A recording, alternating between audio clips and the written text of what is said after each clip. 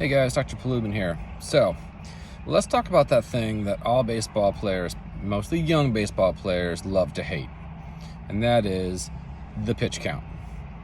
So, this doesn't really apply to my outfielders, my infielders. This really only applies to our pitchers, okay? So, anybody who plays the game knows that there is a limit to how many pitches a young athlete is allowed to throw. Plain and simple, period. Once you hit that number, you're out. You sit on the bench for the rest of the game. Even if you're having a no-hitter, even like it doesn't matter. When you hit that point, there are refs, there are people, there are coaches who are counting every throw you make. At that point in time, you sit, and it doesn't matter. Now, don't get me wrong, guys. I was a young athlete, and I grew up in the time when that didn't exist. So you would throw until basically you were throwing grapefruit out there, which for the newer kids meant that you were throwing like junk. You had nothing left in your arm, and you were using trick pitches. You were doing all sorts of stuff to try and get yourself up to speed. But hey, you did what you could and you succeeded. But here's the catch, guys.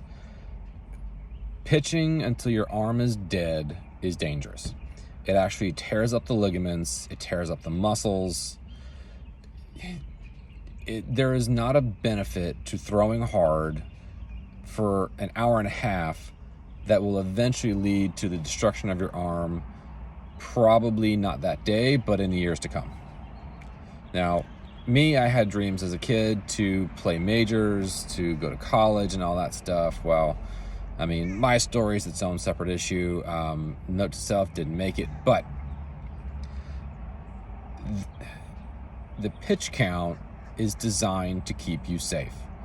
It's designed to allow your young arms to get stronger and develop correctly until you're able to throw long and hard as you see fit. And basically, you'll play until the coach pulls you.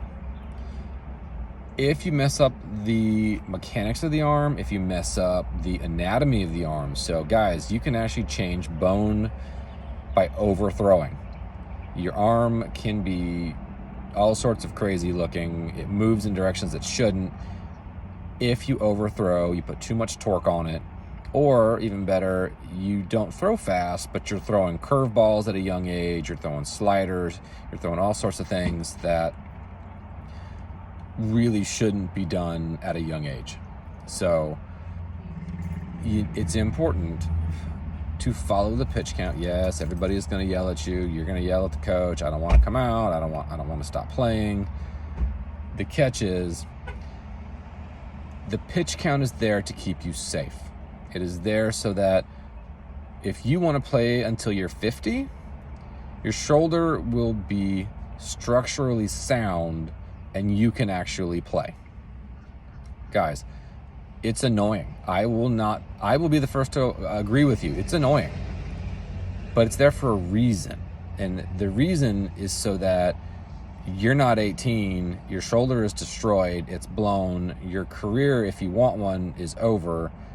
And not only is your career over, but now you got to figure out what to do with an arm that doesn't work right the entire rest of your life. And if you live to 80, guys, that's 60 years with an arm that hurts every day and it doesn't function, all because we wanted to play hard when we were kids. Now, guys, my young guys, I get it. You want to play. It's important to follow the rules, guys. It's going to keep you safe. It's going to prevent you from having a shoulder that dislocates, comes out of socket. It's going to prevent you from being in agony every day. And I know right now you don't feel it. Okay, I know that. But in 1, 2, 3 years, 5 years, maybe 10 years, that shoulder is going to act up. It's going to break down and you're going to have problems. It's important, guys, to follow that rule.